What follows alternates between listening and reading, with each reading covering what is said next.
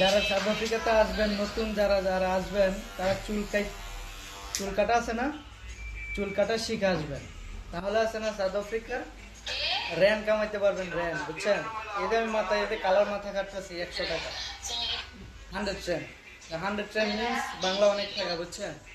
যারা নতুন সাউথ আফ্রিকাতে আসবেন, চুল কিভাবে কাটে এটা শিখা তারপর সাউথ আফ্রিকাতে আসবেন প্লিজ। যদি টাকা